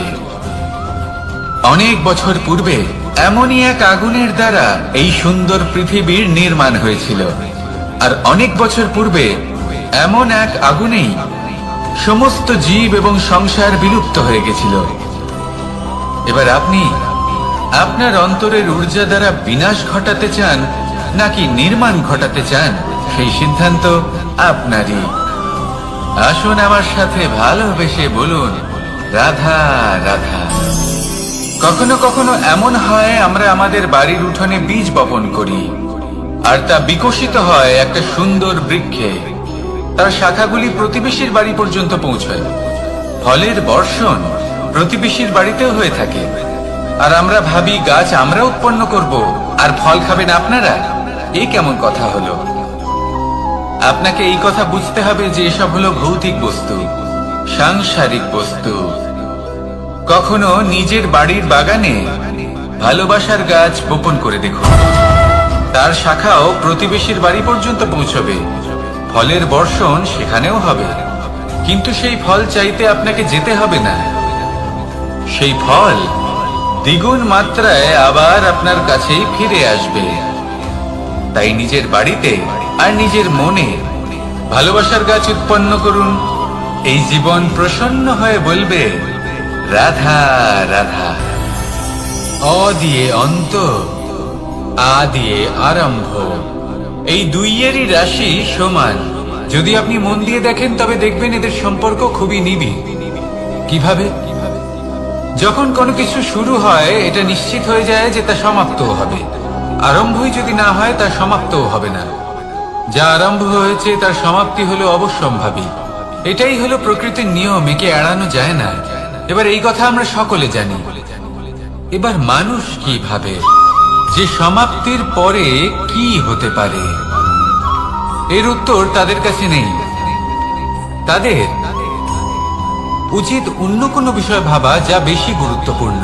এবার মানুষ এটা জানে না যে মৃত্যুর পরে কি হতে পারে, কিন্তু এই কথা অবশ্যই জানে যে জন্ম থেকে মৃত্যু পর্যন্ত এই সময়, যাকে আমরা জীবন বলে থাকি, এই সময় আমরা কর্ম করতে পারি। এই কথা তো আমরা জানি। তাহলে এমন কি কর্ম করা যেতে পারে যা আমাদের সমাপ্তির পরও আমাদের প্রাসঙ্গিক করে রাখতে পারে, এই বিষয়ে ভাবা উচিত। যে জন্মগ্রহণ করেছে তার মৃত্যু হবেই, এটা সাধারণ বিষয়। কিন্তু ইতিহাস আজও সেই সকল মানুষজনকে স্মরণ করেন যাদের এই সংসার তাদের মৃত্যু নয়, বরং তাদের জীবনকালে যে কর্ম তারা করেছেন তার দ্বারা মনে রাখেন। সেই কর্মের কারণে এই সংসারে তাদের নাম, তাদের কর্ম, তাদের ব্যক্তিত্ব, তাদের কীর্তি অমর হয়ে থাকে এবং থাকবে। আপনার কাছে এতটা সময় নেই যতটা আপনার মনে হচ্ছে আপনার কাছে আছে। সেই জন্য যত শীঘ্র সম্ভব শ্রেষ্ঠ কর্ম করুন, যতটা পারবেন ততটা অধিক সুকর্ম করুন। এই সংসারে নিজেকে অমর করে তুলুন আপনার মৃত্যুর পরেও। আর আমার সাথে ভালোবেসে বলুন, রাধা রাধা। ওমা, এ কি? আমি কখন থেকে এখানে অপেক্ষা করছি, হাত পেতে দাঁড়িয়ে রয়েছি যাতে একটা ফল আমার হাতে এসে পড়ে এবং সেটা আমি খেতে পারি। কখন থেকে অপেক্ষা করছি, কিন্তু সেটা হচ্ছেই না। এবার আপনি বলবেন যে এসব কি বলছি, এ কি অদ্ভুত কথা বলছি। যদি ফল খেতে হয় তাহলে আমাকে বৃক্ষে চড়তে হবে, ফলের কাছে পৌঁছতে হবে, তবেই তো ফল পাবো। এবারে এটা অত্যন্ত সহজ ব্যাপার, কিন্তু এই বিষয়টা আপনি নিজের জীবনের প্রসঙ্গে ভেবে দেখুন। লক্ষ্য কোথায় আছে আপনি জানেন, সেই লক্ষ্যে পৌঁছানোর পথ কি সেটাও আপনি জানেন, সেই পথে চলার ক্ষমতাও আপনার রয়েছে, কিন্তু তাও আপনি নিজের লক্ষ্য লাভ করতে পারছেন না। কেন? কারণ আপনি অপেক্ষা করছেন যে লক্ষ্য আপনার সামনে চলে আসবে, কিন্তু তা হয় না। লক্ষ্য সে যাই হোক না কেন, ধন হোক, প্রেম হোক, কোনো সম্মান হোক বা মোক্ষ হোক, যদি আপনি তার দিকে অগ্রসর না হন তাহলে ফল প্রাপ্তি অসম্ভব ব্যাপার, তা কোনোদিনই হবে না। সেই জন্য আপনার চোখের সামনে আপনি যদি নিজের লক্ষ্যকে দেখতে পান তাহলে উঠুন এবং সেই দিকে অগ্রসর হতে শুরু করুন। নিজের অন্তরের সকল অশুভ গুণ দূর করুন, অলসতা ত্যাগ করুন, অজ্ঞানতা ত্যাগ করে দিন এবং চলতে থাকুন। অবশ্যই মনোবাঞ্ছিত ফল লাভ করতে পারবেন। মনে রাখবেন, চলতে থাকলে তবেই লক্ষ্য প্রাপ্তি হবে। অপেক্ষার দ্বারা শুধুমাত্র মৃত্যু লাভ হবে। আসুন আমার সাথে ভালোবেসে বলুন, রাধা রাধা। পাখি কখন জন্ম নেয়, কখন উড়তে শেখে, কখন বাসা বানাতে শেখে, কখন নিজের মৃত্যু লাভ করে, এসব আমাদের মধ্যে কেউ জানি না। কিন্তু পাখি একটা কথা খুব ভালো করে জানে, যে এই সংসারে ও যা কিছুই করুক না কেন, এই সংসারের ওকে নিয়ে কিচ্ছু যায় আসে না। এবার আমরা কি করি? কোনো কাজ করার আগে আমরা এটা ভাবি যে এই সংসার যদি আমাকে দেখে ফেলে তাহলে কে জানে এই সংসার কি ভাববে, আমার প্রতিচ্ছবি কেমন তৈরি হবে কে জানে, কে জানে কি হবে আদি ইত্যাদি। এই সব ভাবনায় আমরা মগ্ন হয়ে যাই। কিছুটা এমন ভাবে মগ্ন হই যে বর্তমানের কর্মের এই জীবনের যাত্রাপথে সেই সময়ের আনন্দ উপভোগ করতে ভুলে যাই। এবার দেখুন একটা পাখি কি করে, ওর কর্ম হলো গান গেয়ে চলা। ওই পাখি গেয়ে চলে, কেউ ওর গান শুনুক বা না শুনুক, কেউ আদৌ শুনছে কিনা সেই বিষয়টা নিয়ে সেই পাখির কিছুই যায় আসে না। সেই পাখি নিজের কর্ম করতে থাকে। হয়তো সেই জন্যই আপনি কখনো কোনো পাখিকে কাঁদতে দেখবেন না। এরকমই আপনাকে নিজেকে গড়ে তুলতে হবে। প্রথমে নিজেকে জিজ্ঞেস করুন, এই যে কর্ম আমি করতে চলেছি সেটা কি উচিত? যদি আপনার মনে হয় সেটা উচিত তাহলে সেটা প্রমাণ করুন। এটা ভাববেন না যে এই সংসার কি ভাববে। আসুন আর আমার সাথে ভালোবেসে বলুন, বনের মধ্যে যদি আপনি কোনো বিষাক্ত সাপ দেখেন তাহলে কি করবেন? আপনি তখনই তার থেকে দূরে পালাতে চেষ্টা করবেন। আর এটা কেন করবেন? নিজের রক্ষার্থে। এই কথা আমি নয় মেনে নিলাম, কিন্তু নিজের জীবনে এটা করেন না কেন? আপনি যেখানেই যান, যে স্থানেই যান না কেন, প্রত্যেক সময়ে প্রত্যেক মুহূর্তে এমন বিষাক্ত সাপ আপনি অবশ্যই খুঁজে পাবেন। আর সেই সাপ নয় যাদের আপনি বনে খুঁজে পাবেন, এরা হলো সেই সাপ যা আপনাকে পাপ করতে বাধ্য করবে। আপনার অন্তরের বাসনা, ক্রোধ, অহংকার, লোভ, ঈর্ষা এদের বৃদ্ধি ঘটাবে। দেখুন, বনের এই সাপ আপনাকে একবার ছেড়ে দিতেও পারে, ছোবল নাও মারতে পারে, কিন্তু এই যে পাপরূপী সাপ আছে তা অবশ্যই ছোবল মারবে। কর্ম যদি করেন তাহলে অবশ্যই ফল পাবেন। সেই জন্য যখনই কোথাও যাবেন, যদি এমন কাউকে দেখেন, যদি এমন কিছু দেখেন যে আপনাকে পাপ করতে বাধ্য করছে, তাহলে সেই মুহূর্তে সেখান থেকে পালিয়ে যান। যেমন বনের সাপ দেখে আপনি পালাতে থাকেন। সৎকর্মের রক্ষা অত্যন্ত আবশ্যক। আসুন আর আমার সাথে ভালোবেসে বলুন, রাধা রাধা। যদি কোনো সিংহ বানরের মতো গাছে চড়তে চেষ্টা করে তাহলে কি হবে? একটা মাছ যদি মাটিতে হাঁটতে চেষ্টা করে তাহলে কি হবে? তারা বিফলই হবে। কিন্তু এরকম কেন হয়? তার কারণ হলো প্রকৃতির রচনা কিছুটা এরকম। এখানে প্রত্যেকটি ব্যক্তিকে, প্রত্যেকটি প্রাণীকে আলাদা আলাদা গুণের অধিকারী করা হয়েছে এবং সকলকে একটা সীমাও প্রদান করা হয়েছে। এবার এই যে বৃক্ষ, পশু, পাখি, এদের মধ্যে সেই ক্ষমতাই নেই যে এরা নিজেদের যাচাই করতে পারবে, নিজেদের সীমাগুলো বুঝতে পারবে, নিজেদের সদ্গুণগুলো চিনতে পারবে। এরা সেটা করতে পারবে না। কিন্তু মানুষ তো আলাদা। মানুষের কাছে সেই বিশেষ শক্তি আছে যে তারা পূর্ণরূপে নিজেদের যাচাই করতে পারবে, নিজেকে পূর্ণরূপে বুঝতে পারবে, নিজের দোষ, নিজের অপগুণ, নিজের সদ্গুণ, নিজেদের সীমাগুলো তারা বুঝতে পারবে। আর এটা অত্যন্ত গুরুত্বপূর্ণ। কথায় আছে যে যদি সাফল্য লাভ করতে হয় তাহলে নিজেকে যাচাই করে নিতে হবে। তাই নিজেকে যাচাই করুন, নিজের সাথে পরিচিত হয়ে যান এবং জীবনে কর্ম করতে থাকুন। সাফল্যের শিখরে অবশ্যই পৌঁছে যাবেন। আর ওখানে যদি যান তাহলে এই মন প্রসন্ন হয়ে অবশ্যই বলবে, রাধা রাধা। অন্ধকারাচ্ছন্ন রাত্রি যদি এসে থাকে তাহলে আলোকিত প্রকাশ নিয়ে সূর্যও অবশ্যই আসে। রোগ যদি এসে থাকে তাহলে তার ওষুধও অবশ্যই আসে। সমস্যা যদি আসে তাহলে সেই সমস্যার সমাধানও নিজে থেকেই আমাদের কাছে চলেই আসে। এই সংসার, এই জীবনের শুধুমাত্র একটাই নিয়ম আছে, আর তা হলো এটাই, এই সংসার হলো একটা চক্রের মতো। এতে শাশ্বত বলে কিছু নেই, নিত্য বলে কিছু নেই, আর যা কিছুই রয়েছে সব বদলাতে চলেছে। যদি আপনার জীবনে দুঃখ থাকে, সমস্যা থাকে, যদি আপনি বিপদ দ্বারা আচ্ছন্ন, তাহলে মনে রাখবেন সবকিছু বদলে যেতে চলেছে। দুঃখের সময় কাঁদবেন না, মনকে আরো দুঃখী করে তুলবেন না, কারণ এখানে যা কিছুই এসেছে তা যাওয়ার জন্যই এসেছে। তাহলে এত চিন্তা কিসের? আনন্দ সহকারে জীবন যাপন করুন, আর আমার সাথে ভালোবেসে বলুন রাধা রাধা। রাত্রিবেলায় যখন আলোকিত জোনাকিদের দেখেন তখন মন প্রসন্ন হয়ে ওঠে। এদের দেখতে খুবই সুন্দর লাগে। আর এমন ঠিক কেন হয়? প্রথম হলো এটাই যে রাতের বেলায় চতুর্দিক অন্ধকারাচ্ছন্ন থাকে। এমত অবস্থায় যদি আমরা কোথাও একটু প্রকাশ দেখি তাহলে সেটাই আশার কিরণের ন্যায় মনে হয়। সেই প্রকাশই আমাদের মন প্রসন্ন করে তোলে। আর সেই জন্য যে সকল মানুষ রাতের বেলায় কোনো জোনাকি দেখতে পান তারা প্রসন্ন হয়ে যান। এবার কখনো কখনো জীবনে আমাদের মনে হয় যে চতুর্দিকে শুধুমাত্র অন্ধকারই হয়ে আছে, প্রত্যেকেরই তা কখনো মনে হয়। আর তখনই আমাদের নিরাশ হলে চলবে না, আমাদের দুঃখী হলে চলবে না। সেই সময় আমাদের খুঁজতে হবে নিজেদের আশেপাশে, চতুর্দিকে, আর কোথাও না কোথাও আমরা প্রকাশ অবশ্যই দেখতে পাবো, আশার একটা কিরণ অবশ্যই দেখতে পাবো। কেউ এমন একটা কর্ম করেন যেটা দেখে আমরা প্রেরিত হয়ে যাই, আর এমন কোন কর্ম যদি আপনারা করেন তাহলে সেই কর্ম আপনার মনকে প্রসন্ন ভাব, আনন্দ এবং ভালোবাসা দ্বারা ভরিয়ে তুলবে। আপনার অন্তরে সেই অন্ধকারের অন্ত করবে, দুঃখেরও অন্ত করবে। আর এই মন প্রসন্ন ভাব নিয়ে বলবে রাধা রাধা। মনুষ্য জীবনের সব থেকে বেশি গুরুত্বপূর্ণ বিষয় হল মনের একাগ্রতা। এই সংসারের যে কটি মহান কার্য সম্পাদন হয়েছে তা হলো মনের এই একাগ্রতার একমাত্র ফল। আপনি অবশ্যই দেখে থাকবেন অনেক ছোট বড় নদী যা বয়ে চলে তাদের সামনে একটা বাঁধ নির্মাণ করা হয় সেই সব নদীর জল সঞ্চয় করতে। বাঁধ হয়ে গেলে প্রয়োজন মতো বা মনের ইচ্ছে মতো তাকে ব্যবহার করা সম্ভব। এবার এটাই আমাদের মনের সাথেও সম্ভব। আমাদের মনের একাগ্রতা আজকের দিনে দাঁড়িয়ে বিভিন্ন ধরনের বিকার, ক্রীড়া এবং ভোগের মধ্যে ভাগ হয়ে গেছে। একে একত্রিত করতে হবে, একটা বাঁধ নির্মাণ করতে হবে, কর্মের বাঁধ।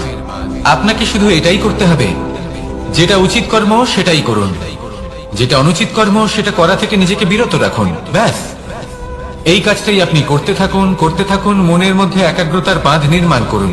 আর একবার যদি তা নির্মাণ হয়ে যায় তাহলে যখন চাইবেন, যেখানে চাইবেন, যতটা চাইবেন একাগ্রতা প্রয়োগ করতে পারবেন। আর একবার যদি আপনি এটা শিখে যান তাহলে এই সংসারকে বদলে ফেলার মতো কাজ আপনি করতে পারবেন, সমাজকে শুধরাবার মতো কাজ করতে পারবেন। তাহলে এই মনকে একাগ্র করুন আর আমার সাথে ভালোবেসে বলুন রাধা রাধা।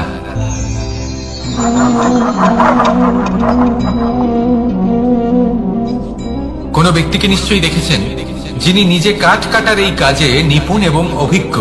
এবার আপনারা দেখবেন যে তার মনোযোগ সমস্ত কাঠের ওপর থাকে না, তার মনোযোগ থাকে শুধুমাত্র একটা কাঠের ছোট্ট একটি অংশের ওপর, যেখান থেকে তার টুকরো করা হচ্ছে।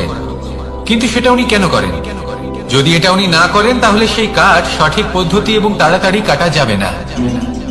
জীবনেও তাই হয়ে থাকে। আপনি হয়তো কোনো লক্ষ্য স্থির করেছেন বা পথ নির্বাচন করেছেন বা কাজ স্থির করেছেন যেটা আপনি করেই ছাড়বেন। তাহলে নিজের সম্পূর্ণ মনোযোগ শুধুমাত্র তার উপর কেন্দ্রীভূত করুন।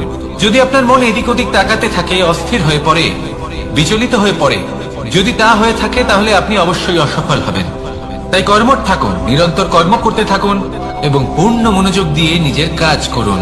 নিজের পথে অগ্রসর হন বা নিজের লক্ষ্য প্রাপ্ত করতে চেষ্টা করুন। তারপর দেখুন কি হয়, কিভাবে উচিত পথে এবং তীব্র গতিতে আপনার লক্ষ্য আপনার কাছেই পৌঁছে যায়। আর আপনার এই মন প্রসন্ন হয়ে বলে রাধা রাধা। কখনো কোনো নদীকে দেখেছেন?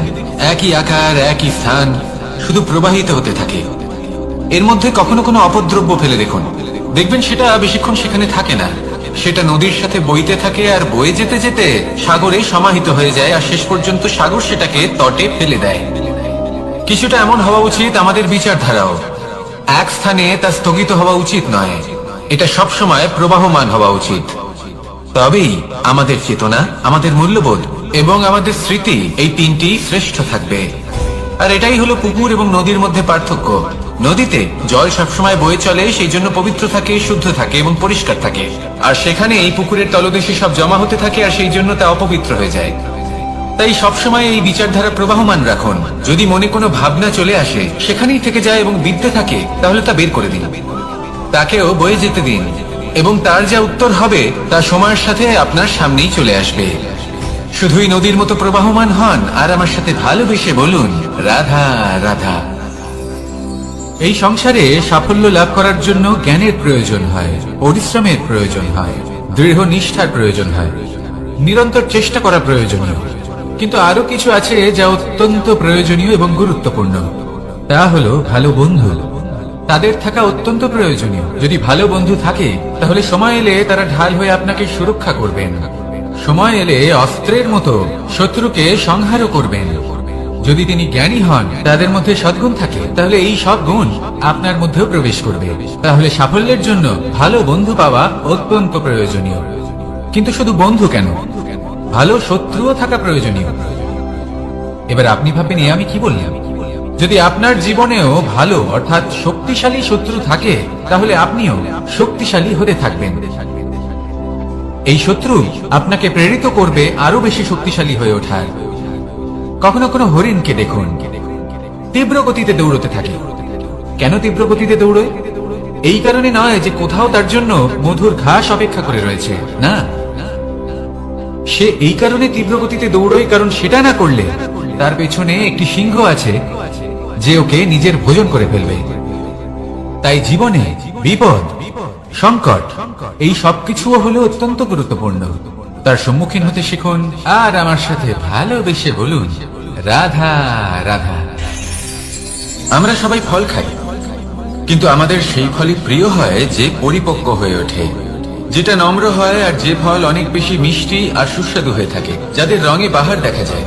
সেইভাবে জীবনে আমরা নানান মানুষের সাথে পরিচিত হই, কিন্তু সেই মানুষই আমাদের মন ছুঁয়ে যায় যারা বিনম্র স্বভাবের, যাদের বাণী খুব মধুর, যাদের অন্তরে আত্মবিশ্বাসের একটা তেজ, একটা রং দেখা যায়।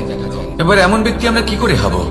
ঠিক সেইভাবেই যেমন একটা ফল রোদ, বর্ষা, শীত, বায়ু, এই সকল সংকটময় পরিস্থিতির সম্মুখীন হয়ে পরিপক্ক হয়ে ওঠে, সেইভাবেই মানুষ সংকটময় পরিস্থিতির সম্মুখীন হয়ে পরিপক্ক হয়ে ওঠেন। যদি এই সংকটের সম্মুখীন হন, তাহলে অভিজ্ঞ হবেন, আর এই অভিজ্ঞতাই শিক্ষা দিয়ে যাবে।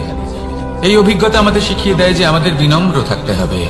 অহংকার করে কোনো লাভ নেই। মধুর বাণীর যে কি মূল্য তা আমরা শিখতে পারি। এই অভিজ্ঞতাই আমাদের বুঝিয়ে দেয় যে উচিত অনুচিত কোনটা, আমাদের দৃষ্টিভঙ্গি তৈরি করে, আর এই দৃষ্টিভঙ্গি দ্বারা আত্মবিশ্বাস জাগ্রত হয়। সেই জন্য জীবনে কখনো বিপদ থেকে দূরে পালাবেন না, সেগুলোর সম্মুখীন হন, অভিজ্ঞতা লাভ করুন, তার থেকে শিক্ষা লাভ করুন, এইভাবেই পরিপক্ক হবেন। আসুন আমার সাথে ভালোবেসে বলুন, রাধা রাধা। ধন সঞ্চয় করা সম্ভব, আর সেই জন্য ধন সব থেকে বেশি মূল্যবান সম্পত্তি নয়। এবার আপনি বলবেন, আমি কি বলছি? এই ধন খুব মূল্যবান, আমরা সকলে অর্জন করতে ব্যস্ত। সেটা এই কারণে, কারণ আপনারা জানেন না এই সংসারের সব থেকে বেশি মূল্যবান সম্পত্তি কি। এ হলো সেই সম্পত্তি যা কখনো সঞ্চয় করা সম্ভব নয়। আপনার কাছে যতই ধন থাকুক, তা দিয়ে আপনি স্বাস্থ্য লাভ করতে পারেন, বাড়ি কিনতে পারেন, আদি ইত্যাদি, কিন্তু আপনি যতই ধনী হন না কেন, ফেলে আসা দিনের একটা মুহূর্ত আপনি লাভ করতে পারবেন না। এই একটা মুহূর্ত, এই সময়, এটাই হলো সংসারের সব থেকে মূল্যবান সম্পত্তি। একবার চলে গেলে তা কখনোই ফিরে আসে না। আর এই মুহূর্ত যতই চলে যাক না কেন, আমরা স্মৃতির মাধ্যমে সেগুলি যাপন করতে পারি, তার আনন্দ উপভোগ করতে পারি। আর যার সাথে আমরা সময় অতিবাহিত করেছি, তার স্মৃতিতে আমরা চিরকাল জীবিত থাকতে পারি। সেই জন্য সময় সব থেকে মূল্যবান সম্পত্তি, তাকে এইভাবে নষ্ট করবেন না। প্রত্যেকটা মুহূর্ত উপভোগ করুন, আনন্দ করুন, আর ভালোবেসে বলুন, রাধা রাধা। কনক, কি সুন্দর একটা শব্দ। এর অনেকগুলো রূপ রয়েছে, অনেকগুলো অর্থও রয়েছে। প্রথম অর্থ হলো স্বর্ণ, অর্থাৎ সম্পত্তি। দ্বিতীয় অর্থ ধুতুরা, অর্থাৎ গাছের ছোট একটা বীজ যা কিনা অত্যন্ত শক্তিশালী হয়। যদি বেশি মাত্রায় এর প্রয়োগ করা হয় তাহলে এটা বিষময় হয়ে উঠতে পারে। এই হলো সেই ধুতুরা যার প্রয়োগ মহাদেবের পুজোতে করা হয়। এবার প্রশ্ন হলো এটাই যে এই স্বর্ণ এবং এই ধুতুরার মধ্যে মিল কি রয়েছে। মিল হলো এটাই যে এই দুটোই মানুষকে মত্ত করে তোলে। ধুতুরা মানুষকে তখন মত্ত করে যখন তাকে সেবন করা হয়, কিন্তু স্বর্ণ, ধন, সম্পত্তি মানুষ সেটা যতটাই অর্জন করে নেয় সেটাই যথেষ্ট। এই স্বর্ণ মানুষের ভাবনা চিন্তা করার ক্ষমতাকে বশ করে ফেলে। মানুষ সম্পত্তির লোভে মত্ত হয়ে ওঠে, কারণ যে যত চমৎকারী, যতটা অমূল্য হয় তাকে সামলানো কিন্তু ততটাই কঠিন, তাই না? তাই মনে রাখবেন, ধন, স্বর্ণ, সম্পত্তি এগুলো ধুতুরার থেকেও অনেক বেশি বিষাক্ত হতে পারে। তাই এর উপর আত্মসংযমের একটা কবচ পরিয়ে রাখবেন এবং বিবেকের শক্তির সাথে এগুলো প্রয়োগ করুন, তবেই কল্যাণ হবে। আসুন আমার সাথে ভালোবেসে বলুন, রাধা রাধা। আমার কাছে যশোদা মা যেমন, আমার কাছে দেবকী মা যেমন, আমার কাছে ঠিক তেমনই হলেন গোমাতা। এবার ভেবে দেখার বিষয় হলো এটা যে এই সংসারে অসংখ্য প্রাণী আছে, একজন গাইকে একজন মায়ের মর্যাদা কেন দেওয়া হয়? তাহলে এর অনেকগুলো কারণ আছে। এই গাই অর্থাৎ গোমাতা, এনারা হলেন অত্যন্ত শান্ত, শান্তি প্রিয়, কখনো কারোর কোনো ক্ষতি করতেই পারেন না। গোমাতা যে দুধ নিজের বাছুরকে পান করান সেই দুধই আমাদেরও দেন। সেই দুধ পান করে আমরা শক্তি লাভ করি।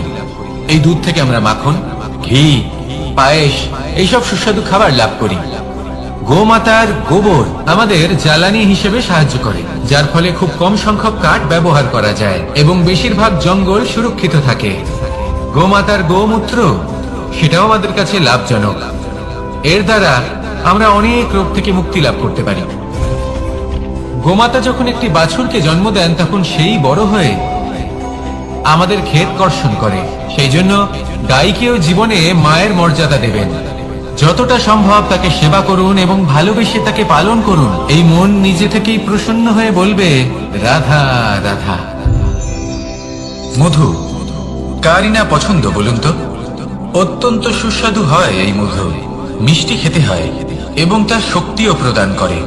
এবং প্রত্যেকটি মিষ্টি পদার্থের মতোই এতেও খুব তাড়াতাড়ি পিঁপড়ে ধরে যায়।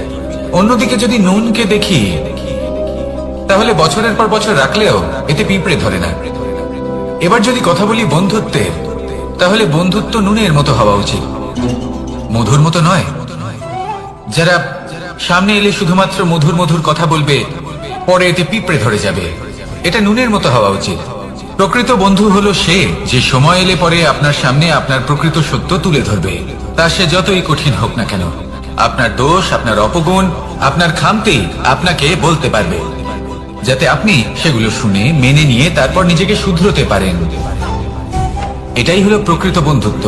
কখনো নিজের জীবনের আশেপাশে মন দিয়ে দেখবেন, অনেক সময় এমন মানুষ থাকেন, অনেক বন্ধু থাকেন যাদের দেখে আমাদের মনে হয় যে এনারা খুব কঠোর, এনাদের কথা খুব কটু। কিন্তু বেশিরভাগ এমন মানুষের মনটা যদি বুঝতে পারেন তাহলে দেখবেন তাতে কোনো মালিন্য নেই, এনাদের মন অত্যন্ত পবিত্র হয়। যদি আপনার জীবনেও এমন কোনো ব্যক্তি থেকে থাকে, এমন বন্ধু থাকে, তাহলে তাদের আগলে রাখুন আর আমার সাথে ভালোবেসে বলুন, রাধা রাধা। যতক্ষণ আমরা এই সংসারে জীবিত ততক্ষণ আমাদের সাথে সবকিছু থাকে, আমাদের ধন, সুখ স্বাচ্ছন্দ্য, আমাদের মিত্রগণ, আমাদের পরিবার, এই সমাজ, এই সবকিছু আমাদের সাথে থাকে। যেদিন আমরা এই সংসারকে ত্যাগ করব, এদের মধ্যে কেউ আমাদের সাথে যাবে না, না ধন, না স্বাচ্ছন্দ্য, না সম্পত্তি। এই সকল মানুষ, এই সমাজ, এরা শুধুমাত্রই শ্মশান পর্যন্ত আমাদের সাথে থাকতে পারবেন। তারপরে যদি আমাদের সাথে কিছু যেতে পারে তাহলে তা শুধুই আমাদের ধর্ম। আর এই সংসারে আমরা নিজেদের যে সুনাম রেখে যাই সেটা সম্ভব শুধুমাত্র কর্মের দ্বারা। সেই জন্য সংসারে যতদিন পর্যন্ত জীবিত আছেন, যদি কিছু অর্জন করতে চান তাহলে ধর্ম অর্জন করুন, ধর্মের বিষয়ে স্পষ্টতা অর্জন করুন এবং কর্ম অর্জন করুন। এটাই হবে আপনার অতীত এবং এটাই হবে আপনার ভবিষ্যৎ। এবং এটাই সকলকে প্রেরণা প্রদান করবে। আসুন আমার সাথে ভালোবেসে বলুন, রাধা রাধা। এই পরিবার হলো আমাদের জীবনের একটা অমূল্য সম্পদ, অমূল্য এক আশ্রয়, যা এই সংসারে হয়তো কোথাও আপনি পাবেন না। তাই একে আগলে রাখুন। পরিবার সেই গাছ। আসুন আমার সাথে ভালোবেসে বলুন, আর সেই গাছ। আসুন আমার সাথে ভালোবেসে বলুন, রাধা রাধা। অনেক সময় আমরা জীবনে অনেক মানুষকে এমন বলতে শুনে থাকি যে আমি অসফল হয়েছি কারণ আমার সময় ভালো যাচ্ছিল না। আমি এই জিনিসটা লাভ করতে চাইছিলাম কিন্তু করতে পারলাম না কারণ আমার সময়টা ভালো যাচ্ছিল না। আমি আমার জীবনে ওই মহান কাজটা করতে চাইছিলাম কিন্তু করতে পারলাম না। কেন? কারণ আমার সময়টা ভালো যাচ্ছিল না। কিন্তু যে মুহূর্তে ভালো সময় আমার জীবনে আসবে, আমি সব কিছু প্রাপ্ত করব। এমন প্রায় প্রত্যেকেই বলেন। আসুন একটা কথা বোঝা যাক। একজন মালিকে দেখুন, সে প্রত্যেক দিন গাছের সেবা করে, তাকে জল দেয়, তার যত্ন আত্তি করে। কেন? প্রত্যেক দিন সেই গাছ ফল দেয় না। সঠিক সময় এলে তবেই সেই গাছ ফল দেয়, কিন্তু প্রত্যেক দিন মালি তার সেবা করে, তাকে যত্ন করে। শুধুমাত্র তখন করে না যখন সেই গাছ ফল দিতে সক্ষম। আর যদি মালি গাছের যত্ন প্রতিদিন না করে, তাহলে হয়তো সেই গাছ ফল দিতেই পারবে না। এটাই হলো আমাদের জন্য একটা শিক্ষা। যখন সময় আমাদের জন্য অপেক্ষা করে না, তখন আপনি সময়ের জন্য কেন অপেক্ষা করছেন? ভালো সময়ের জন্য অপেক্ষা করবেন না। ভালো এবং শুভ কর্ম দ্বারা ভালো সময়কে নিজের কাছে টেনে আনুন। নিরন্তর কর্ম করুন, পরিশ্রম করতে থাকুন। শুভ সময় আপনা থেকেই আপনার কাছে আসবে। আসুন আমার সাথে ভালোবেসে বলুন, রাধা রাধা। একে বালি বলুন, মাটি বলুন বা ধুলো বলুন, এ দিয়ে কত কিছু করা সম্ভব। এ দিয়ে আপনি নিজের বাসস্থান নির্মাণ করতে পারেন, প্রাচীর গড়ে তুলতে পারেন, অট্টালিকা নির্মাণ করতে পারেন। কিন্তু যদি এই বালিকে আপনি মুষ্টিবদ্ধ করে রাখতে চান, তাহলে তা হাত থেকে ফসকে যাবে। আপনি কখনোই একে মুষ্টিবদ্ধ করতে পারবেন না। এরকমই হয় আমাদের জীবন, আর এরকমই হয় সময়। এই মুষ্টিবদ্ধ করা বালির মতো। সময়কে আমরা বাধা দিতে পারবো না, আটকেও রাখতে পারবো না। এ হলো প্রবাহমান। জন্ম থেকে মৃত্যু পর্যন্ত এই যে সময়, তা খুবই সীমিত। আর এই সময় আমরা যেটাই করি তার দ্বারাই আমাদের মূল্য নির্ধারিত হয়। আর এই সংসার থেকে চলে যাওয়ার পরেও এই সংসার এই সব কর্মের জন্যই আমাদের মনে রাখে। তাই যদি আপনি এটা ভাবেন যে আজ যে কর্ম করার ছিল আমি না হয় কাল করে নেব, কাল আমার লক্ষ্যে পৌঁছানোর কথা ছিল আমি পরশু পৌঁছবো, না, এই সময় খুব মূল্যবান, একে নষ্ট করবেন না। এই সময়কে সদ্ব্যবহার করুন, মহান হবার পথে অগ্রসর হন। একে যদি মুষ্টিবদ্ধ করে রাখার চেষ্টা করেন, এই সময় থেমে থাকবে না। আসুন আমার সাথে ভালোবেসে বলুন, রাধা রাধা। আমাদের মনে যখন কোনো প্রশ্ন ওঠে, কোনো দ্বন্দ্ব জাগে, তখন আমরা যাই আমাদের গুরুর কাছে, আমাদের আরাধ্যের কাছে গিয়ে জিজ্ঞেস করি। এইভাবেই একদিন আমি পৌঁছলাম আমার আরাধ্যের কাছে, আমার মহাদেবের কাছে, আর ওনাকে প্রশ্ন করলাম যে মহাদেব, জীবনে আনন্দ পাওয়ার, উৎসব পালনের, প্রেম ভাগ করে নেবার, জীবনকে উপভোগ করে নেওয়ার সর্বশ্রেষ্ঠ সময় কোনটা? মহাদেব হাসলেন আর উনি বললেন, জীবনে উৎসব পালনের সব থেকে শ্রেষ্ঠ দিন হলো মৃত্যুর ঠিক আগের দিনটা। প্রেম ভাগ করে নেওয়ার সব থেকে শ্রেষ্ঠ মুহূর্ত হলো মৃত্যুর ঠিক আগের মুহূর্ত। জীবনকে উপভোগ করে নেওয়ার সর্বশ্রেষ্ঠ প্রহর হলো মৃত্যুর এক প্রহর পূর্বে। তখন আমি চমকে গেলাম। আমি বললাম, কিন্তু মহাদেব, মৃত্যু তো অনিশ্চিত, আমরা জানিও না কবে আমাদের মৃত্যু হবে। মহাদেব আবার হাসলেন। উনি বললেন যে যদি আমরা এভাবে জীবন কাটাই যে আমরা জীবনের প্রত্যেক দিন, প্রত্যেক মুহূর্ত, প্রত্যেক প্রহর শেষ বলে মনে করি, তাহলে আমাদের সমস্ত জীবন আনন্দের সাথেই অতিবাহিত হবে। কি বলেন?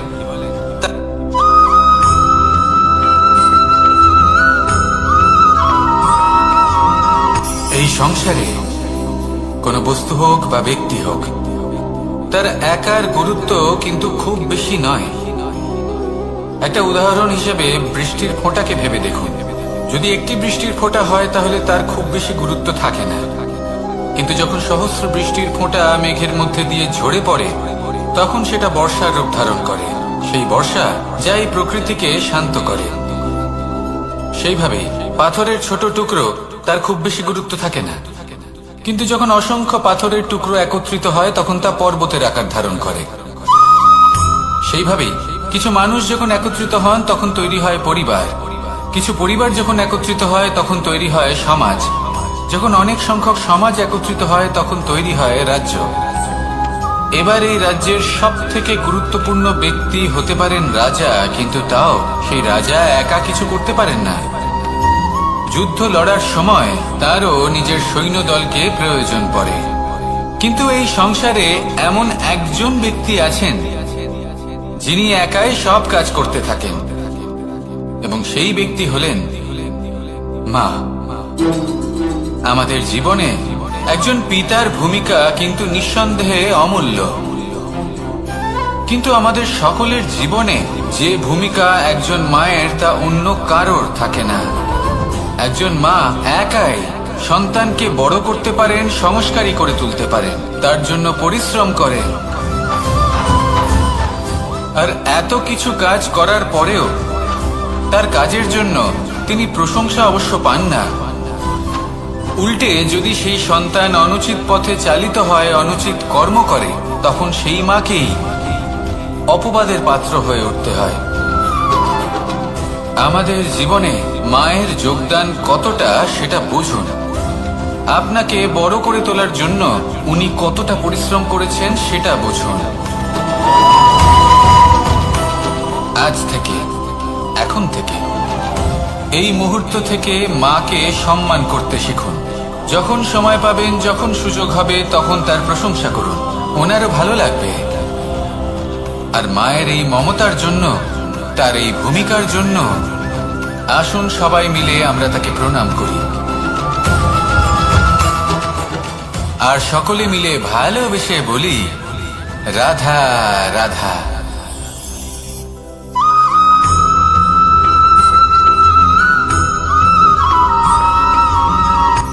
এই সংসারে সাফল্য লাভ করার জন্য জ্ঞানের প্রয়োজন হয়, পরিশ্রমের প্রয়োজন হয়, দৃঢ় নিষ্ঠার প্রয়োজন হয়, নিরন্তর চেষ্টা করা প্রয়োজনীয়। কিন্তু আরো কিছু আছে যা অত্যন্ত প্রয়োজনীয় এবং গুরুত্বপূর্ণ। তা হলো ভালো বন্ধু। তাদের থাকা অত্যন্ত প্রয়োজনীয়। যদি ভালো বন্ধু থাকে তাহলে সময় এলে তারা ঢাল হয়ে আপনাকে সুরক্ষা করবেন। সময় এলে অস্ত্রের মতো শত্রুকে সংহারও করবেন। যদি তিনি জ্ঞানী হন, তাদের মধ্যে সদ্গুণ থাকে, তাহলে এই সব গুণ আপনার মধ্যেও প্রবেশ করবে। তাহলে সাফল্যের জন্য ভালো বন্ধু পাওয়া অত্যন্ত প্রয়োজনীয়।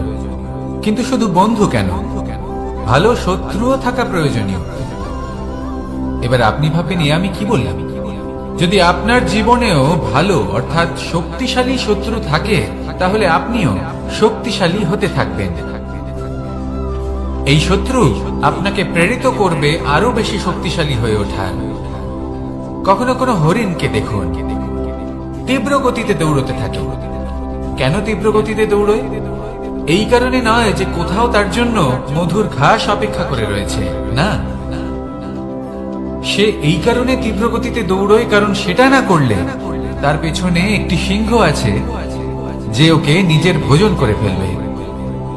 তাই জীবনে বিপদ, সংকট এই সবকিছুও হলো অত্যন্ত গুরুত্বপূর্ণ। তার সম্মুখীন হতে শিখুন আর আমার সাথে ভালোবেসে বলুন, রাধা রাধা।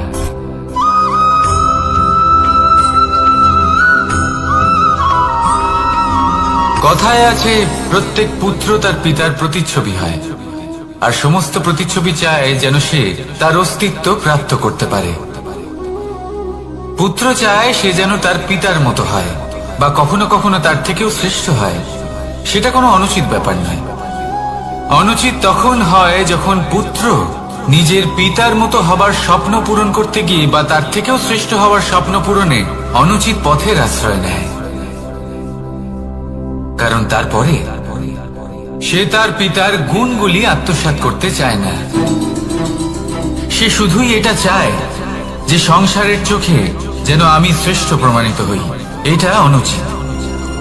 সংসারে এমন অনেক মানুষ আছেন যারা এই কারণে শ্রেষ্ঠ হওয়ার চেষ্টা করেন যাতে তার পরিবারের তার পিতার সম্মান বৃদ্ধি পায়। এমনও মানুষ থাকেন, আর এটাই হলো পার্থক্য উদ্দেশ্যের। মনে রাখবেন, যদি আপনার উদ্দেশ্য শুভ হয় তাহলে পথও শুভ হবে, যদি আপনার উদ্দেশ্য অশুভ হয় তাহলে পথও অশুভ হবে। তাহলে নিজের পিতার মতো হবার চেষ্টা অবশ্যই করুন, তার থেকেও শ্রেষ্ঠ হওয়ার চেষ্টা অবশ্যই করুন, কিন্তু মনে রাখবেন